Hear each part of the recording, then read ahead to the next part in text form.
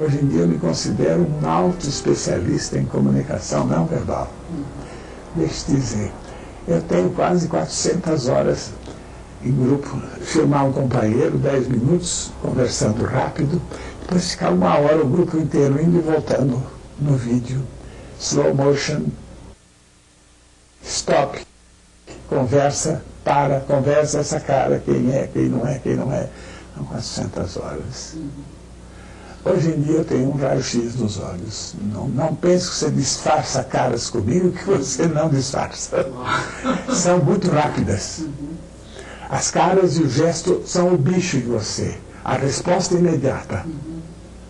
Depois vem a câmera lenta, eu digo, o não verbal é a lebre. A palavra é tartaruga. Os neurolinguistas dizem isso numa frase, vale a pena porque é claro. Dizem eles, a resposta a uma pergunta pessoal é dada no primeiro instante em que o cara entende a pergunta. Você quer ir no cinema? Não quer. Você quer ir no cinema? Boa! Psicologia não fala de caras. Nunca. O paciente disse, paciente disse, paciente disse. Com que cara? Com que expressão? Com que gesto? Em que atitude?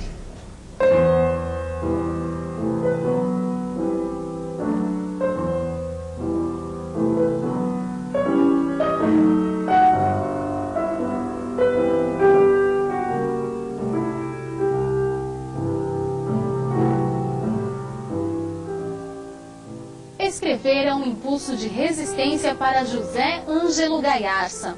Entre suas obras mais importantes estão A Engrenagem e a Flor, Tratado Geral sobre a Fofoca, A Estátua e a Bailarina, O Espelho Mágico, um fenômeno social chamado Corpo e Alma, Sobre uma Escola para o Novo Homem e o recém-lançado Meio Século de Psicoterapia Verbal e Corporal. A obra mais recente integra elementos de todos os sistemas psicoterápicos desenvolvidos no Ocidente, durante os séculos XIX e XX, ao mesmo tempo que pincela práticas orientais como budismo, yoga e artes marciais. Meu livro mais bem sucedido se chama Tratado Geral sobre a Fofoca.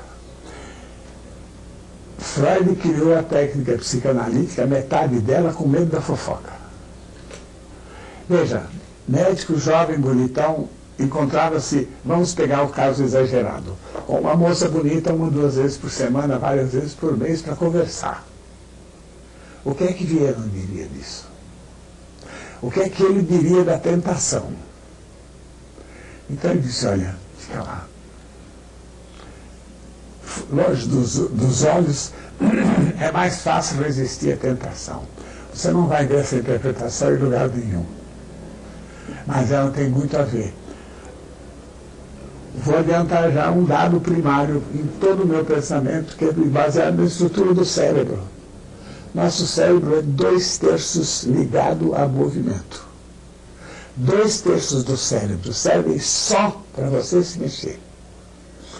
E quase metade do córtex cerebral serve só para você ver. Então o cérebro é olhar e movimento, é imitação. O cérebro é imitação. Imitar é o jeito mais fácil de aprender. A natureza aprendeu isso cedinho. Bichinho aprende com mamãe e papai. E depressa. Porque se ele quiser experimentar, ele é comido. Então é bom ele ficar bonzinho, ver e fazer igual. Porque aí é rápido e ele se salva. Tem muito de biologia bem assimilada. Voltemos. Isto para Freud não tinha sentido nenhum, praticamente. Ele entrou em tudo, e mais ele entrou em umas conversas extremamente íntimas. Como era o pai, como era a mãe, como era o casamento, como era o filho. Foi se envolvendo muito. E com um cuidado frenético de não se envolver. Então ele criou a teoria do não envolvimento. Olha, com a moça bonita, você está encantada por mim? Não, não é por mim. É seu pai. É aquele tio que você conheceu na infância, não é nada comigo. Veja que defesa do Freud. E claro, Os psicanalistas todos passaram pelo processo de, olha, não é comigo. E transmitiram para os clientes, olha, não é comigo. Então a psicanálise é uma defesa do não relacionamento pessoal.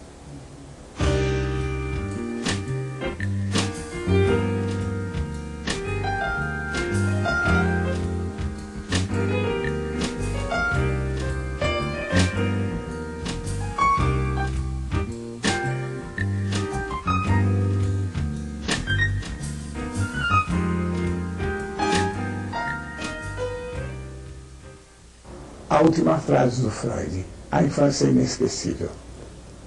Isto é, tudo que você faz tem raízes de comportamentos infantis. Você está continuamente naquele tempo com aqueles personagens. Então, as pessoas não têm contato pessoal. Não se sabe o que seja contato pessoal.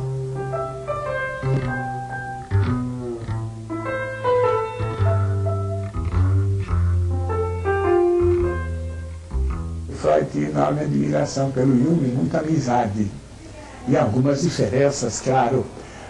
Estava meio no ar naquele tempo que, se Freud morresse, provavelmente seu sucessor seria o Jung.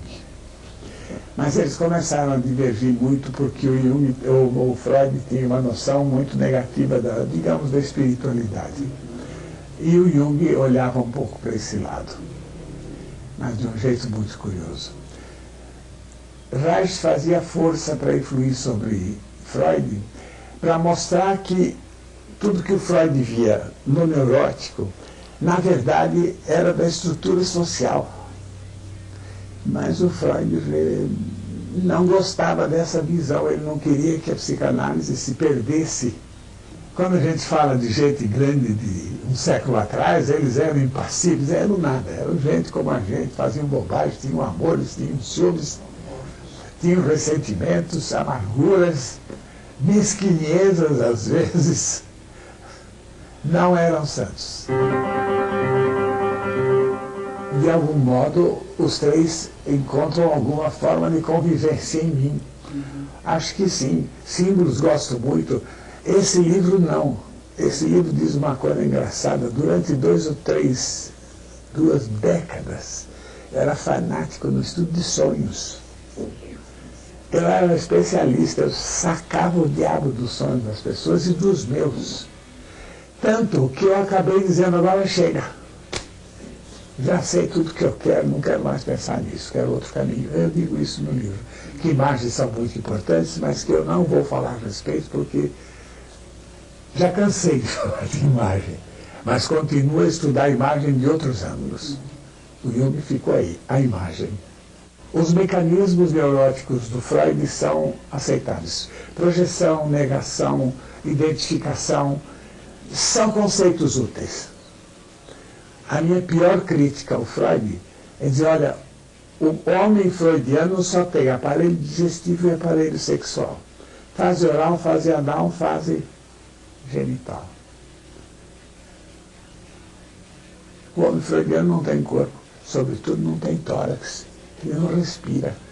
Entanto, a primeira coisa que a criança faz ao nascer não é mamar, é respirar. Por conta dela, ela não precisa de ninguém para respirar. A respiração é o primeiro sinal de independência.